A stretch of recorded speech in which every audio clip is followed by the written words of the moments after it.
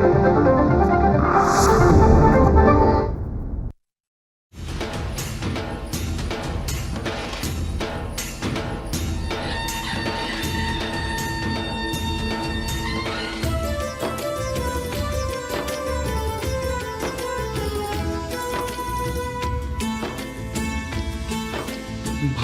आपुले थोर म्हणून जाहलो मराठी, विश्वाच्या गाभारी गर्जे मराठी. भाग्य आपुले थोर म्हणून जाहलो मराठी, विश्वाच्या गाभारी गर्जे मराठी. गर्जे मराठी, गर्जे मराठी, विश्वाच्या गाभारी गर्जे मराठी. नमस्कार. गर्जे मराठी प्रस्तुत विश्वाच्या गाभारी गर्जे मराठी या कार्यक्रमामध्ये आपल्या सगळ्यांचं मनापासून स्वागत. आपल्याकडे असं म्हटलं जातं की केल्याने देशाटनं किंवा जो जास्त फिरत राहतो त्याचं नशीबही फिरत राहतं, असं स्वतः पु ल देशपांडेही म्हणून गेलेले होते. जो जास्तीत जास्त देश बघतो किंवा जास्तीत जास्त फिरतो त्याच्याकडे अनुभवांचं गाठोडंसुद्धा खूप मोठं जमत जातं. तर असेच 20 देशांमध्ये कामानिमित्त फिरलेले असे एक पाहुणे आज आपल्याकडे आले आहेत आणि त्यांचं आपण आधी सर्वात प्रथम स्वागत करूया. ते आहेत प्रवीण देसाई. नमस्कार. नमस्कार सर, आपलं कार्यक्रमात स्वागत. नमस्कार. सह्याद्रीच्या प्रेक्षकांना माझा सप्रेम नमस्कार. ग्रामीण असो की शहरी भागात असो, हुशार विद्यार्थी हा त्याच्या प्रतिभेने कोणत्याही क्षेत्रात चमकतोच. त्याचं उदाहरण म्हणजे प्रवीण देसाई. धामोड या अत्यंत ग्रामीण भागात आणि नंतर कोल्हापूर आणि सावंतवाडीमध्ये वास्तव्याला असलेले आणि सुरुवातीचं शिक्षण त्यांनी ग्रामीण भागात घेतलेले प्रवीण देसाई यांनी उच्च शिक्षणासाठी नंतर पुण्यात स्थलांतर केलं. अभ्यासात नेहमी प्रथम येणारे, 10वी-12वीमध्ये राज्यस्तरीय बोर्ड रँकर्स आणि MBAमध्ये सुवर्णपदक विजेते प्रवीणजींनी शैक्षणिक कामगिरी नेहमीच खूपच उत्कृष्ट ठेवली. त्यांच्या करिअरची सुरुवात आघाडीच्या बहुराष्ट्रीय कंपन्यांमध्ये सेल्स, डिलिव्हरी, प्रादेशिक व्यवस्थापन, डिव्हिजनल CIO ते बिझनेस युनिट हेड अशा विविध भूमिकांमधून झाली. 20पेक्षा जास्त देशांमध्ये कामाचा अनुभव घेतल्यानंतर ते अमेरिकेत स्थायिक झालेत. डिव्हिजनल CIO म्हणून नेतृत्व केलेल्या उपक्रमांसाठी 2012, 2013 आणि 2014मध्ये CIO 100 पुरस्कारांनी त्यांना सन्मानित केलं गेलं आहे. 2016मध्ये IDG कम्प्युटर वर्ल्डच्या प्रीमियर 100 टेक्नॉलॉजी लीडर्स या पुरस्कारानेही त्यांना गौरवण्यात आलं आहे. स्वतः बुद्धिबळपटू असलेले देसाई यांनी न्यू जर्सीमधल्या नेवार्क मिडल स्कूलमध्ये बुद्धिबळ शिकवण्याच्या उपक्रमासाठी त्यांना अमेरिकेचे तत्कालीन राष्ट्राध्यक्ष बराक ओबामा यांनी स्वतः स्वाक्षरी केलेलं प्रमाणपत्र आणि प्रेसिडेन्शियल ब्रॉन्झ मेडल मिळालं आहे. ते 2021मध्ये उद्योजकतेकडे वळले आणि इम्पॅक्टिव्ह ही सेल्स फोर्स कन्सल्टिंग कंपनी सहस्थापित केली. अवघ्या 2 वर्षात 2023मध्ये Salesforce summit partner status मिळवणारी सर्वात जलद कंपनी ठरली. 2024मध्ये इन्फोगेनने इम्पॅक्टिव्हचं अधिग्रहण केलंय. सध्या इन्फोगेनमध्ये सेल्स फोर्ससाठी को स्टुडिओ लीड म्हणून AI आणि कस्टमर एक्सपिरियन्स इनोव्हेशन्स ते चालवत आहेत. अशा महाराष्ट्रातल्या मातीतील या यशस्वी व्यक्तिमत्वाच्या प्रेरणादायी प्रवासाबद्दल आता आपण जाणून घेऊया. सर, आत्ता मी म्हटलं सर थोडक्यात तुमची मी सगळी हिस्ट्रीच सांगून टाकलेली आहे, पण तरी त्यातले जे महत्त्वाचे टप्पे आहेत ते आपल्याला ऐकायला नक्कीच आवडेल.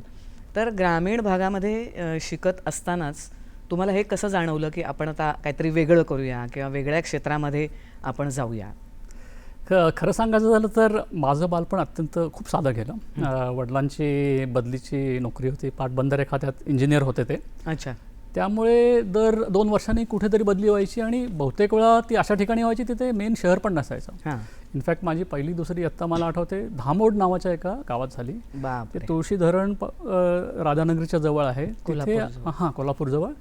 तिथे आमच्या शाळेला भिंती पण सिमेंटच्या नव्हत्या. पहिली दुसरी माझी तशी झाली. पण आमची आई ही शिक्षणाबद्दल अत्यंत काटेकोर आणि फारच शिक्षणावर फोकस होता तिचा आणि शी वॉज व्हेरी क्लिअर की शिकलात तर काहीतरी होणार आहे तुमचं. त्यामुळे तिने निर्णय घेतला की मुलांच्या शिक्षणासाठी ती मेन ठिकाणी राहील आणि बाबा फिरत राहतील. तर असं सुरुवातीला कोल्हापूरला माझं शिक्षण झालं. नंतर सावंतवाडीला गेलो. 9वी 10वी सावंतवाडीला असताना ते फार इम्प्रेशनेबल वय असतं. त्या काळात तुमचं मानसिक घडण होत असते.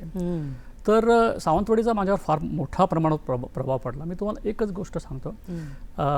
मी 9वीत होतो आणि आपल्याला माहीत आहे कोकणातल्या सगळ्यांचेच मुंबईशी काही ना काही संबंध असतात, लागेबांधे असतात. तर आमच्या सबनीसबाई ज्या आम्हाला मराठी शिकवायच्या त्याने एकदा मला असंच बोलून घेतलं आणि पार्ले टिळक विद्यालयाच्या एका विद्यार्थ्याचा एक निबंध त्यांनी माझ्या हातात दिला. हा बघ, आणि आपली मानसिकता अशी साधारे मुंबईच्या मुलाचा निबंध आहे, काय छान अक्षर, आणि मी पूर्णपणे भारावून गेलो आणि पण खूप छान आहे म्हणलं, मुंबईचे मुलं काय लिहितात वगैरे. आणि त्या माझ्यावर प्रचंड चिडल्या. आणि सबनीसबाई कोणावरही कधी चिडायच्या नाहीत, सगळे अत्यंत प्रेमळ अशा शिक्षिका होत्या, माझ्यावर त्यांचा खूप जीव होता. म्हणे मी तुला ह्याच्यासाठी हा निबंध दाखवत नाही की तू त्याचं कौतुक करावं, मी त्यांना सांगितलंय पुढच्या वर्षी माझ्या विद्यार्थ्याचा निबंध मी तुम्हाला पाठवेन. वा. तर जेव्हा आपल्यासमोर पेपर असतो, हातात पेन असतं, तेव्हा आपले विचार असतात. असा कधीही विचार करू नको तू मुंबईचा आहेस, पुण्याचा आहेस किंवा आणि कुठला आहेस. ते माझ्यावर राहिलं. म्हणजे एक तर त्यांनी अत्यंत कोकणी स्टाईलमध्ये ते कन्व्हे केलं होतं, मी बऱ्यापैकी डायल्युटेड व्हर्जन सांगतोय, आणि ते वय पण तसं असतं. पण एक मानसिकता त्यांनी घडवण्यात मदत केली की आपण कुठले काय याचा विचार नाही करायचा, आपले विचार, आपलं जे विचार करायची पद्धती ती ठरवते. मला वाटतं ते माझ्याबरोबर राहिलं. आणि तुम्ही म्हणाल्याप्रमाणे अकॅडमिकली मी चांगला होतो.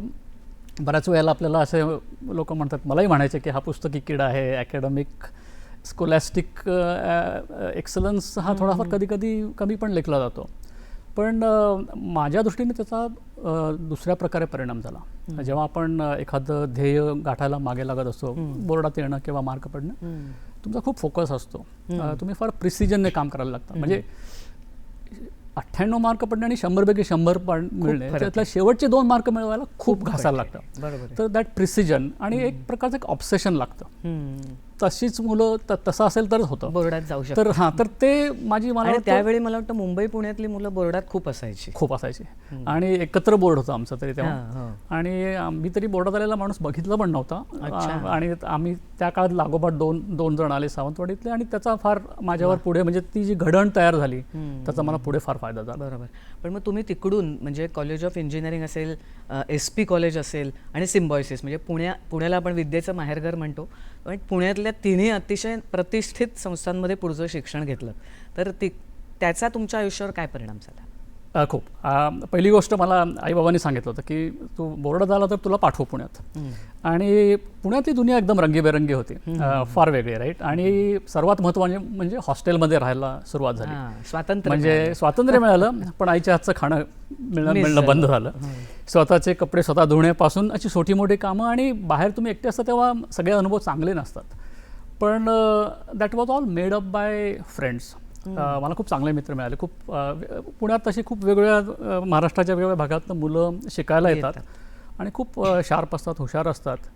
तर मला असं वाटतं की मी ते हॉस्टेलमध्ये जे शिकलो, म्हणजे बऱ्याच वेळा मी म्हणतो की हॉस्टेलमध्ये रात्रीच्या ज्या गप्पा होतात मुलांच्या मित्रांच्या बरोबर, त्याच्यातनं मी जे मिळत नाही ते कुठे कधीही शाळेत वर्गात शिकायला मिळालं नाही. मला वाटतं ते त्याचा फार माझ्यावर, अजूनही मी बऱ्याच माझ्या मित्रांशी टचमध्ये आहेत, सगळे चांगल्या पोझिशनमध्ये एस्टॅब्लिश झालेत. COEP तरी सुंदर होतं, बोट क्लबपासून ते फार धमाल केली.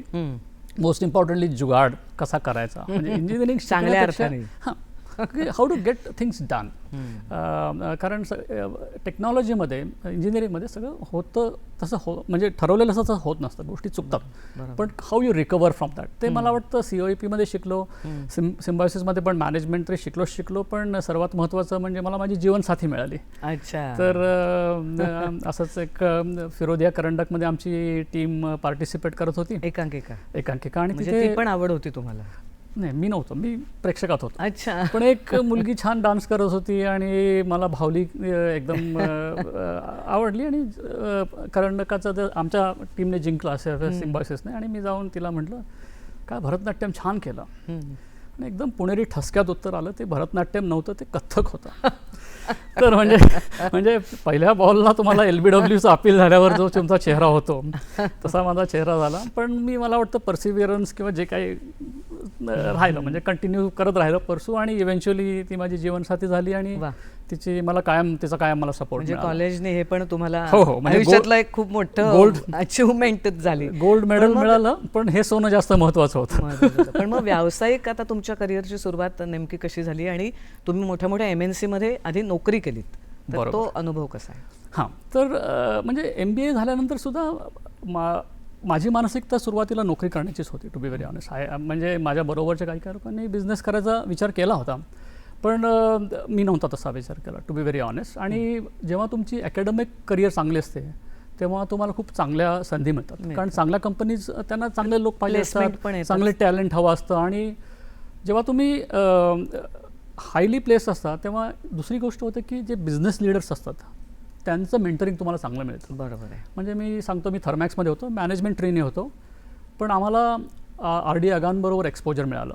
अच्छा. आणि एवढा मोठा माणूस, टोलेजंग व्यक्तिमत्व, पण अत्यंत Down साधं to आणि व्हेरी डाऊन टू अर्थ. आणि इवन आमच्या ट्रेनीजबरोबर ते अत्यंत छान गप्पावारे मारायचे. आणि त्यांनी एकदा एक लेख लिहिला होता की how about owning a company without owning the company. म्हणजे इट्स अबाउट इंट्राप्रेन्युअरशिप. म्हणजे कंपनीचे जे मॅनेजर असतात त्यांनी कंपनीचे मालक असल्यासारखं कसं वागावं, अशा प्रकारचा मेसेज त्यांनी दिला होता. आणि मला फार तो भावला. आणि मी त्यांना विचारलं असंच एका मीटिंगनंतर की मला जर या लेवलला जायचं असेल तर व्हॉट कॅन आय डू. मी तरी आता ट्रेनी आहे. आणि त्यांनी फार साध्या शब्दात मला त्याचं उत्तर दिलं. ते म्हणाले, look, you are very enthusiastic, maintain that एन्थुझियाझम.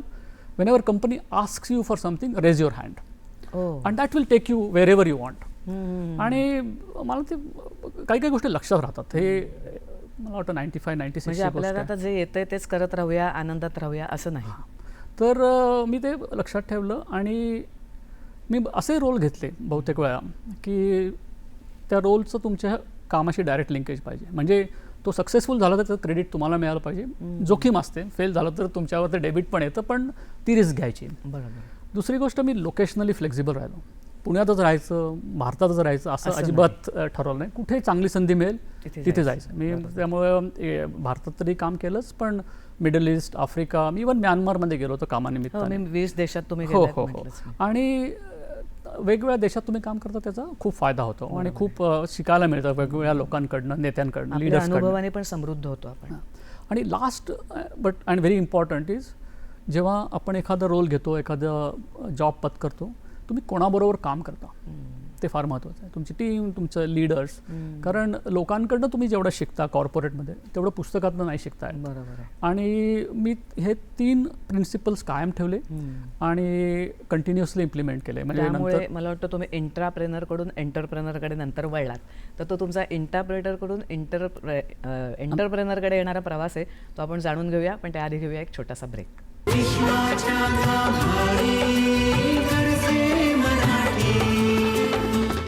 गरजे मराठी प्रस्तुत विश्वाच्या गाभारी गरजे मराठी या कार्यक्रमामध्ये आपलं पुन्हा एकदा ब्रेकनंतर स्वागत. आपण प्रवीण देसाई यांच्याशी गप्पा मारतोय आणि आत्तापर्यंत आपण त्यांचा शिक्षण आणि नोकरीपर्यंतचा प्रवास जाणून घेतला. नोकरीनंतर त्यांनी स्वतः उद्योग व्यवसायात ते कसे पडले हे आता आपल्याला जाणून घ्यायचं आहे. तर त्याबद्दलच सर आता आपण बोलूया की तुम्ही कॉग्निझंटसारख्या मोठ्या मल्टीनॅशनल कंपनीमध्ये पुण्याला सुरुवातीला नोकरी केली, तिथे खूप अनुभव घेतलात. तर मग तिथला प्रवास आणि त्यानंतर स्वतःच्या उद्योगाकडे कसं वळलात ते आता आपण ऐकूया. हो, शुअर. आणि मी एक छोटा किस्सा सांगतो आणि जरी हा छोटा किस्सा असेल तरी त्याचा पुढच्या प्रवासाशी खूप मोठं लिंकेजेस आहे. मी मगाशी सांगत होतो की जेव्हा आपण रोल घेतो तेव्हा कोणाबरोबर काम करतो ते फार महत्त्वाचं असतं. तर अशी एक संधी मला कॉग्निझंटमध्ये आली अगदी सुरुवातीला 2001-2002 मध्ये. आणि त्यावेळेला मी एका क्लायंटकडे काम करत होतो, LA काम करतो, लॉस एंजलिसला. अच्छा. आणि खूप चांगलं काम होतं. आणि असंच एकदा इंटरनली तुमच्या बॉसबरोबर जेव्हा मीटिंग होतं तेव्हा मी त्यांना सांगितलं की नाही, मला आणखीन काहीतरी करायचं आहे. इथे माझ्याबरोबर 40 लोक आहेत, मला काहीतरी नवीन काहीतरी दे. आणि कदाचित माझ्या कटकटीला कंटाळून का त्याने माहीत नाही, त्याने सांगितलं मी नवीन काही देऊ शकत नाही, पण एक हेडक्वार्टरमध्ये एक काम आलं आहे, ते फक्त तुला ॲडिशनली करायला लागेल. हे तुझं मेन काम आहे, त्याच्याखेरीज ॲडिशनली रोज 3-4 तास करायला लागेल. पण ते काम CEOज बरोबर आहे, ते थोडं जोखमीचं आहे. कारण त्या CEOचा खूप दरारा होता की त्यांनी अनेक लोकांना एका मीटिंगमध्ये आवडलं नाही, काम बरोबर नाही म्हणून फायर केलं होतं. अच्छा. मी म्हटलं ठीक आहे, बघू तरी. म्हटलं काय आपल्याला एनिवे, मी खूप ज्युनियर होतो तेव्हा. तर मी ते घेतलं काम. आणि इट्स सो हॅपन दॅट ते CEO स्वतः बघत नव्हते, त्यांनी तिची एक वेगळी टीम होती त्याच्या हाताखाली, ते करत होते. त्यांच्याबरोबर मला काम करायला मिळालं. IT मधलंच. तेव्हा आमची कंपनी 100 मिलियनची होती, कॉग्निझंट. अच्छा. आणि ते काम असं होतं की ते 100 मिलियन टू 1 बिलियन म्हणजे 10 पट कशी करायची. याची ब्लू प्रिंट ते करत होते. ओ आणि त्या ब्लू प्रिंटिंगसाठी ऑब्व्हियसली मदत लागते. तर कस्टमर फेसिंग सिस्टीम्स आणि प्रोसेसेस आणि data करणारा सगळा. माणूस म्हणून ॲज अ कन्सल्टंट मला त्यांनी घेतलं आणि आणखी 3-4 लोकांना घेतलं. आणि काम सुरू झालं, 2-3 मीटिंग झाल्या आणि मला लगेच ज्यांच्याबरोबर मी काम करतो he was getting groomed as a CEO. अच्छा. आणि ते आम्हाला तेव्हा काहीच माहिती नव्हतं. त्यांनी मला सांगितलं की तू आता हे LA वगैरे सोड, क्लायंटचं काम सोड, you are going to do this full time. अच्छा. ओव्हरनाईट. आणि मला अजूनही तो दिवस आठवतो, 13 ऑगस्ट 2002. आणि माझी बायको, माझा तेव्हा मुलगा, तेव्हा जस्ट बेबी होता, जस्ट आले होते. आणि मी म्हटलं नाही आता आपण शिफ्ट करतोय. अच्छा. आणि LA हून कुठे गेला? न्यू जर्सीला आलो. ओ म्हणजे एकदम लांब. मोठं. आणि सगळ्यांनी मला सांगितलं की दिस इज, म्हणजे कारण माझा तो जो client facing role is always considered more glamorous than internal role. तर सगळ्यांनी सांगितलं तू काय, म्हणजे I don't know what you are doing, असंच साधारण प्रत्येकाची रिॲक्शन होती. पण मी एकाच विश्वासावर तो रोल घेतला की जेव्हा तुम्ही CEO आणि COO बरोबर काम करता तेव्हा असं काहीच होत नाही की तुम्ही ते नेहमी अशा लेवलची कामं करतात ज्याचा तुम्हाला पुढे फायदा होतो. बरोबर. टू सम इट अप, त्याच्यानंतर ते जे काम केलं कॉग्निझंट, ते $1 बिलियन ब्लू प्रिंट करता करता कॉग्निझंट 15 बिलियन झाली. So it grew that much. आणि कॉग्निझंटच्या ग्रोथ बरोबर माझीही ग्रोथ होत गेली. मी दर 18 महिन्यांनी नवीन रोल घेत गेलो. आणि इव्हेंच्युअली डिव्हिजनल CIO झालो. आणि जेव्हा तुम्ही असे रोल घेता, जेव्हा तुम्हाला एक्सपोजर असतं टॉप मॅनेजमेंटला, ते पण तुमच्यात इन्व्हेस्ट करतात. मला कंपनीने हार्वर्ड, स्टॅनफर्ड, कार्नेगी मेलन, बॅप्सन अशा वेगवेगळ्या ठिकाणी एक्झिक्युटिव्ह ट्रेनिंगला पाठवलं. म्हणजे मी स्वतःच्या प्रतिष्ठित अशा युनिव्हर्सिटी. आणि तिथे खूप असं टार्गेटेड एज्युकेशन तुम्हाला मिळतं, डिझाईन थिंकिंग, अशा वेगवेगळ्या टाईपचे एक्सपोजर मिळणारे कोचिंग मला तिथे मिळालं. तर कॉग्निझंटने मला, म्हणजे lot of credit for my entrepreneurship goes to what I did in Cognizant. तुम्ही उद्योगाकडे कसे वळलात? करेक्ट.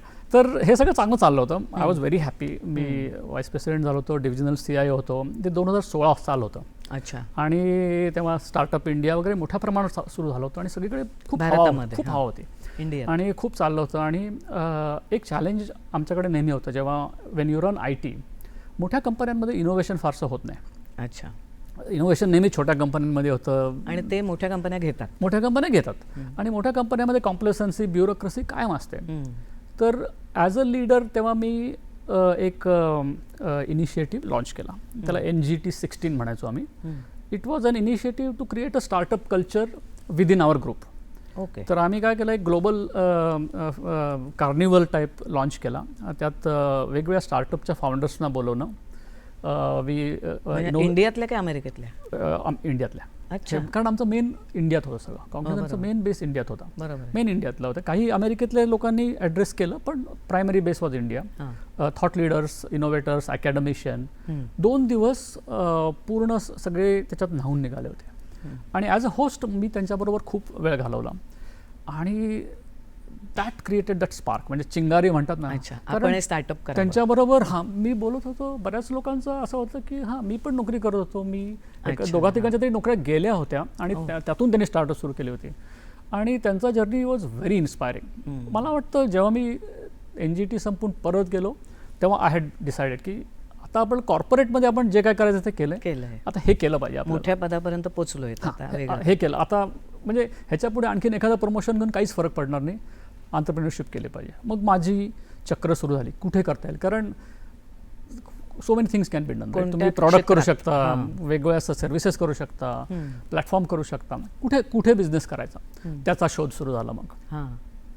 आणि मग त्या दृष्टीने मग मी परत विचार करायला लागलो. आणि that's where I heard my inner voice. म्हणजे शेवटी काय म्हणतात, आपला हृदयाचा आवाज ऐकला पाहिजे, अंतर्मन ऐकलं पाहिजे.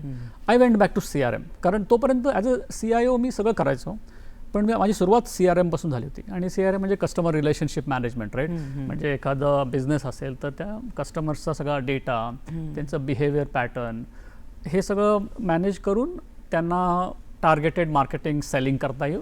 तर CRM तसं करतं. आणि IT मध्येच. हो, IT मध्येच. आणि सेल्सफोर्स नावाचं एक प्रॉडक्ट होतं. Salesforce it was a leading company.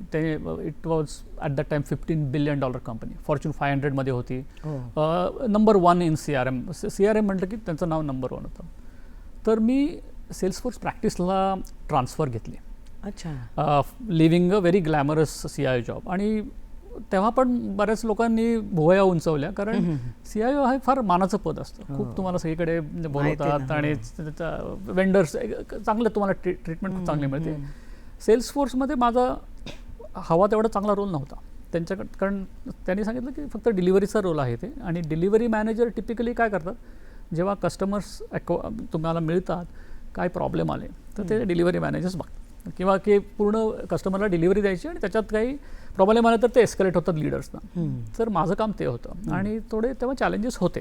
बरोबर. तर जेव्हा तो रोल घेतला, पुढचे 1.5-2 वर्ष मला वाटतं मी दर आठवड्यात I was on the plane visiting all the clients. 50 स्टेटमध्ये 2 वर्ष घासणे म्हणतात ना मराठीत, मी ते केलं पूर्ण हँड्स ऑन, आणि बऱ्यापैकी सिच्युएशन आम्ही टर्न अराउंड केली. ग्रीन इम्प्लिमेंटेशन्सला गेलो, म्हणजे त्याला रेड इम्प्लिमेंटेशन्स म्हणतात. तिथून ग्रीन गेल्यानंतर इट क्रिएट्स अ नेम, कारण क्लायंट्स आर हॅपी जेव्हा त्यांचे प्रॉब्लेम तुम्ही सॉल्व्ह होता. ते सेल्सफोर्सला पण कळतं की हा माणूस आल्यानंतर सिच्युएशन बदलली आहे. त्यामुळे एक माझा थोडासा ब्रँड, पर्सनल ब्रँड तयार झाला इकोसिस्टम, नाव झालं थोडं त्या फील्डमध्ये. 2019मध्ये जेव्हा माझा मार्केट्स हेड सोडून गेला, सेल्सफोर्सनेच आमच्या कंपनीला सांगितलं की तुम्ही प्रवीणला make him head of profit and loss, BU head. तर मला ते पद जे मला आधी मिळालं पाहिजे होतं ते मिळालं तेव्हा ॲट दॅट पॉईंट. आणि एकदा मी BU हेड झाल्यानंतर it was running your on business. Clients आणायचे, त्यांना डिलिव्हर करायचं, लोक आणायचे, प्रॉफिट अँड लॉस मॅनेज कंपनीसाठी न करता आपल्या स्वतःच करूया. जे पुढे करायचं होतं ते मला इज लाईक अ रंगीत तालीम जवळपास मी ते करत होतो. आणि तेव्हा मी 3-4 ॲक्विजिशन्स पण केली. जेव्हा तुम्ही ॲक्विजिशन्स करता तेव्हा तुम्ही इन्व्हेस्टमेंट बँकर्स बरोबर बसता, तुम्ही त्या ॲक्वायरिंग कंपनीच्या फाउंडर्स बरोबर बसता, आणि तेव्हा तुम्हाला साधारण अंदाज येतो की कसं व्हॅल्युएशन केलं जातं, कंपनी कशी चालते, का ते सक्सेसफुल आहे, त्यांचा विचार करायची पद्धत काय. म्हणजे जे मला नंतर करायचं होतं त्याची जवळपास रंगीत तालीम मी 2018 ते 2021 करत होतो. आणि साधारण जेव्हा कोविड आला तेव्हा अचानक सगळं थांबलं, ट्रॅव्हल थांबला, आणि सगळेजण we are all locked at home.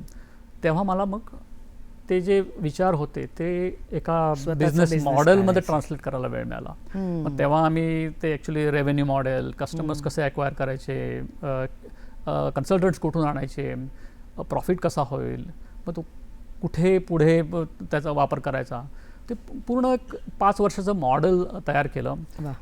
मी माझ्या बिझनेस पार्टनर जो माझा मित्र होता त्याच्याशी बोललो तेव्हा. आणि at that time I went to this person ज्याच्याबरोबर मी 2002मध्ये काम केलं होतं, ज्यांनी मला पाहिलं होतं CRMवर काम करताना, की आता मी अशी कंपनी सुरू करायचा विचार करतोय, तर तुझं काय मत आहे. तर ही सेड लुक, मत काय, तू कर, आणि I am willing to invest in you. हो. तर तो आमचा पहिला इन्व्हेस्टर झाला. अच्छा. आणि माझं या बाबतीत मतमतांतर इन्व्हेस्टर पण तुम्हाला सहज मिळाला, त्यामुळे ती, कारण 2002चं जे काम केलं होतं त्याचा मला फायदा 2020 म्हणजे 18 वर्षांनी झाला. त्यामुळे म्हणजे थोडक्यात की तुमची अशा रीतीने स्वतःच्या कंपनी सुरू करण्याकडे तुमची वाटचाल सुरू झाली. तर आता ही स्वतःची कंपनी सुरू केल्यानंतर त्यामध्ये काय आव्हानं आली ती आपण जाणून घेऊया, पण त्याआधी एक ब्रेक घेऊया.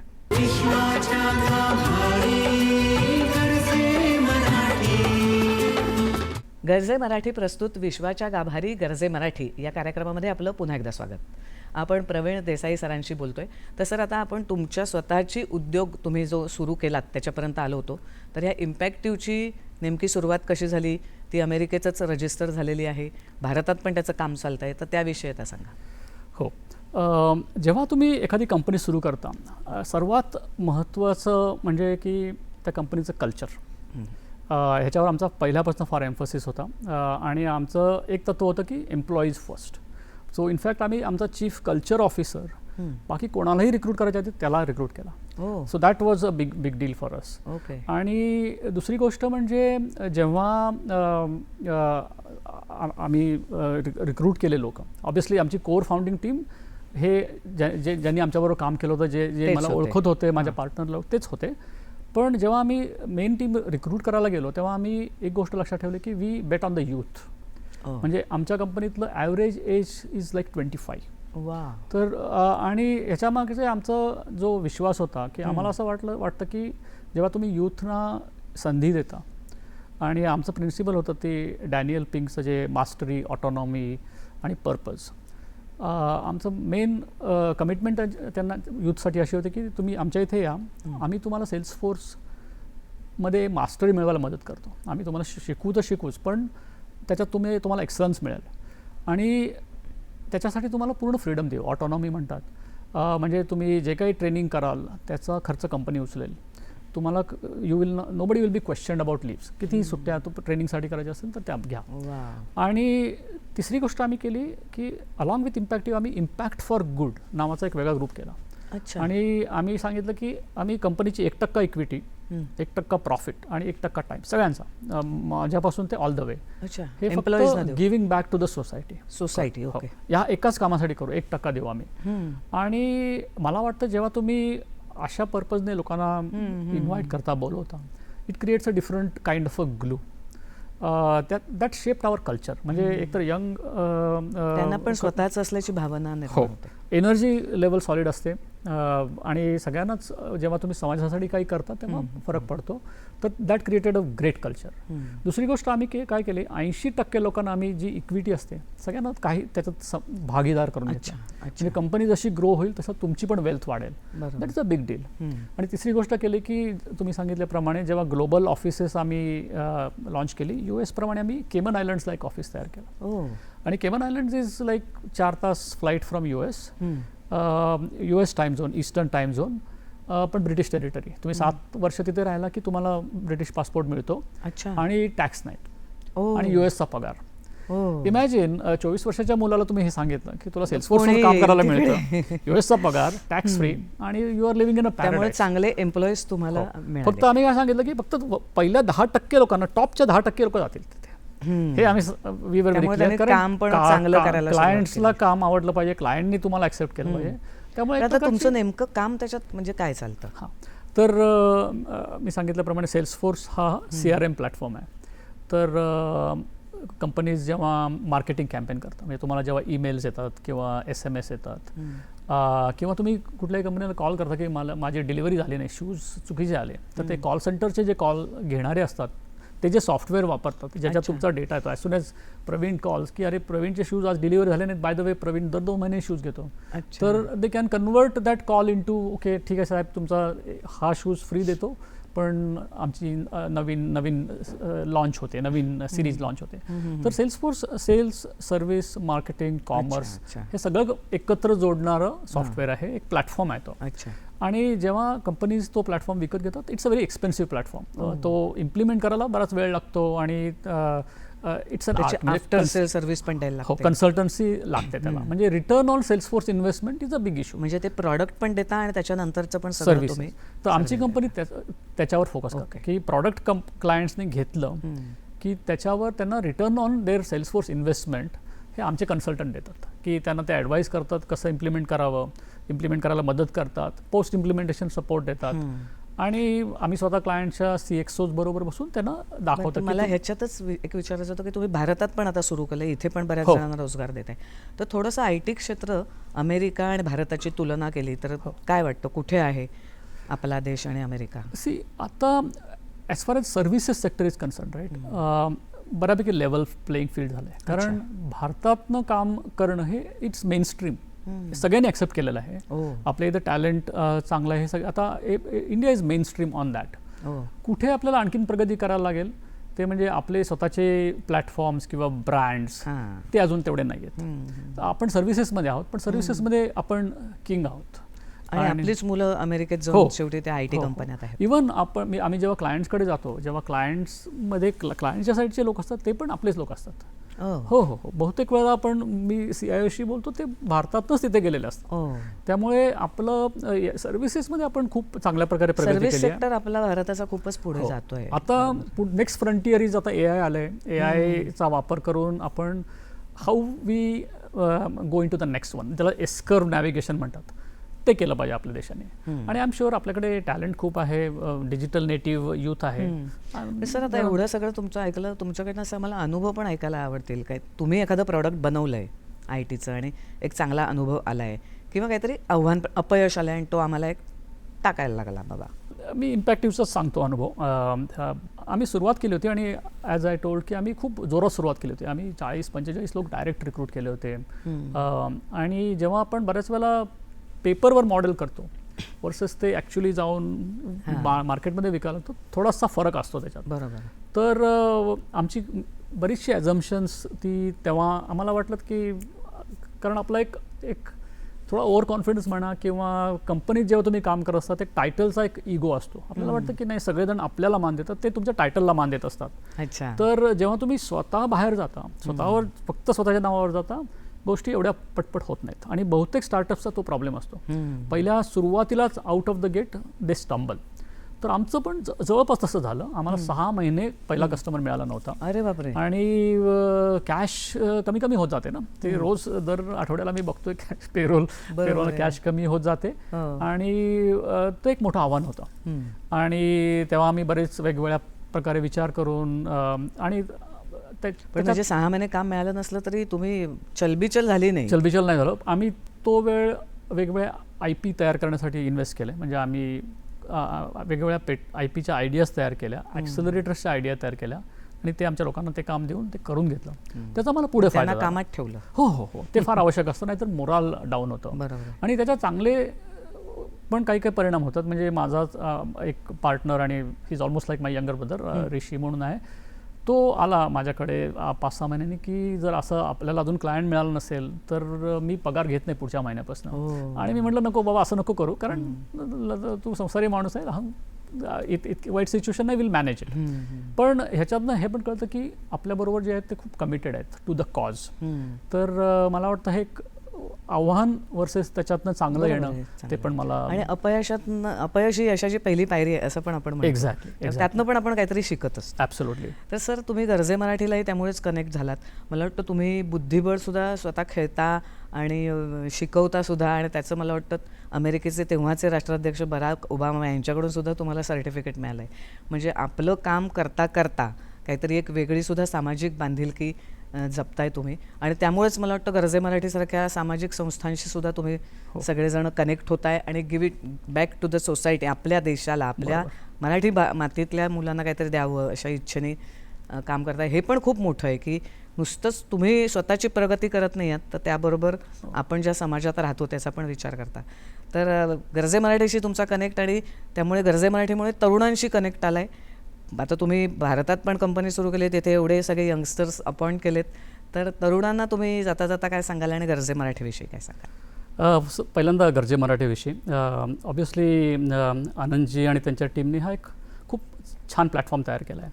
आणि मला काय आवडतं या प्लॅटफॉर्मबद्दल, इथे venture capitalist, innovators, founders, aspiring founders, students सगळेजण एकत्र येतात आणि त्यांना जोडणारा दुवा आहे मराठी. आणि त्यामुळे प्रत्येकाला आपल्या गोलप्रमाणे मदत मिळू शकते. आणि प्रत्येकाची ती इच्छा असते की okay, how can I help. मला ते फार चांगलं वाटतं. मला 2 गोष्टी पर्सनली भावल्यात आणि तिथे मी एंगेज्ड आहे. एक म्हणजे बऱ्याच स्टार्टअप्सना, आणि आजकाल हे तुम्ही यूथ म्हणाला, खूप लोक मी खूप उशिरा सुरू केली बिझनेस. तोपर्यंत मला खूप अनुभव पाठीशी होता. पण 20-25 वर्षाचा तुमचा सर्व्हिसचा अनुभव. एक्झॅक्टली. एखादा मुलगा 25 वर्षाचा जेव्हा बिझनेस सुरू करतो तेव्हा त्याला एवढा अनुभव नसतो. आणि मला वाटतं त्यामुळे त्यांना मेंटरिंगची फार गरज असते. कारण मी बघितले बऱ्याच स्टार्टअप्सना त्यांच्याकडे आयडिया चांगल्या असतात, पण 2-3 गोष्टीत ते स्ट्रगल करतात. एक तर इथून ग्लोबल स्केलवर विकायचं कसं, बिझनेस सेलिंग सायकल खूप लांब असतात, तर ते स्ट्रगल विथ दॅट.